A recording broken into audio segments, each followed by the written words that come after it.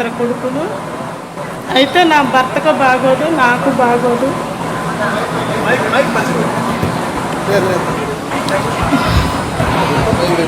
నాకు బాగోదు, నా భర్తకి బాగోదు. అయితే నాకు ఇద్దరు కొడుకులు. నా పెద్ద కొడుకు గత సంవత్సరం 2017వ తారీఖున 1వ నెల యాక్సిడెంట్ అయింది, చనిపోయాడు, స్పాట్ డెడ్. అయితే దిక్కు తోచక, ఎందుకంటే ఆ బిడ్డే మా కాదన్న, మమ్మల్ని చూసే బిడ్డ. ఎందుకంటే పెళ్ళిళ్ళు కాలేదు పిల్లలిద్దరు. అయితే పెద్ద కొడుకు కాబట్టి వాళ్ళ నాన్నగారికి బాగోదు, నాకు బాగోదు అని ఆయనే బాధ్యత తీసుకొని 8 సంవత్సరాల నుంచి మా ఇద్దరికి బాగోకపోతే చూసుకుంటా ఉన్నాడు. అట్టాటి బిడ్డ కోల్పోయలేక దిక్కు తోసక ఏ సాయం లేక అన్యాయం అయిపోయి అల్లాడిపోతున్న సమయంలో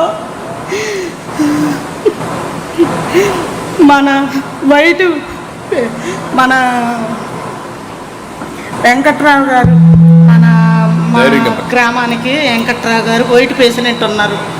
వైట్ పేషెంట్ గారు, తర్వాత కార్యకర్తలు మన బోదాల రమేష్ గారు, మరి పరిసిపోగు యమలు కార్యకర్తలు వచ్చి, అమ్మా నువ్వు ఇట్లా బాధపడుతున్నావంట, మన పార్టీ తరపున తెలిసింది, ఎందుకు బాధపడుతున్నావు, నీకే సాయం లేదని మేమున్నాము, మన చంద్రన్న ఉన్నాడు, లోకేష్ అన్న ఉన్నాడు, ఇట్లా సభ్యత్వం కట్టున్నావు, నీకు సభ్యత్వం వర్తించుద్ది, నీకు 5 లక్షలు వస్తాయమ్మా, నువ్వు 100 రూపాయలు కట్టి సభ్యత్వం చేసుకున్నారు కదమ్మా, మీరు ఎప్పటి నుంచో మన పార్టీలో ఉన్నారు కదమ్మా, అందుకని మీరు బాధపడొద్దు, నువ్వు ఏడవద్దమ్మా, నీ బిడ్డనైతే మేము తెచ్చించలేం, కానీ మేము చేతనైన సాయం అయితే చేస్తామని వాళ్ళు ముగ్గురు వచ్చి 10,000 రూపాయలు ఇచ్చి, తర్వాత బీమాకు పెట్టుకోమ్మా, లోకేష్ గారు చేస్తారు సాయం, బీమా ఇద్దని లోకేష్ బాబు గారు పెద్ద మనసు చేసుకొని ఆ బీమా 5 లక్షలు పెట్టబట్టి,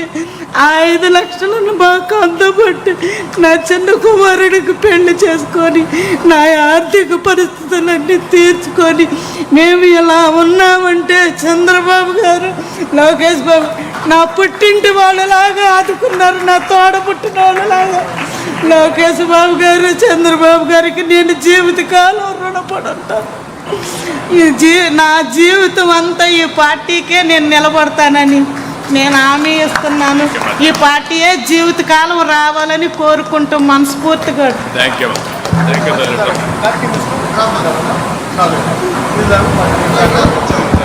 విశ్రాంతమ్మ గారికి ధన్యవాదాలు.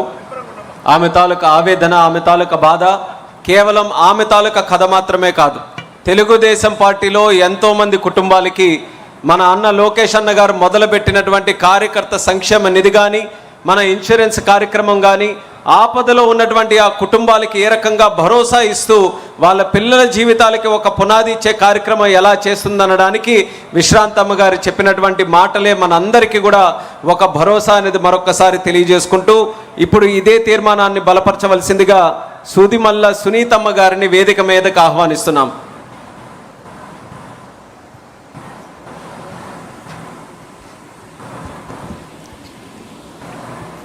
దైవ సమానులైన చంద్రబాబు నాయుడు గారికి నా నమస్కారాలు, అలాగే లోకేష్ బాబు గారికి నా హృదయపూర్వక నమస్కారాలు, సభను అలంకరించిన పెద్దలకి, మరి ఎదురుగా ఉన్న అందరికీ నమస్కారాలు. నేను ఒక గృహిణి.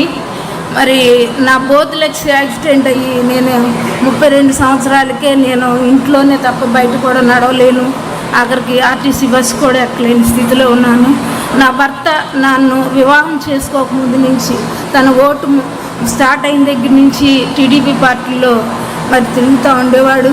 మా గ్రామం చిన్నది, 1000 పాపులేషన్ ఉంటుంది. అయితే ఆ స్థాయి నుంచి నా భర్త ఎప్పుడు తిరుగుతూ ఉండేవాడు పార్టీలో.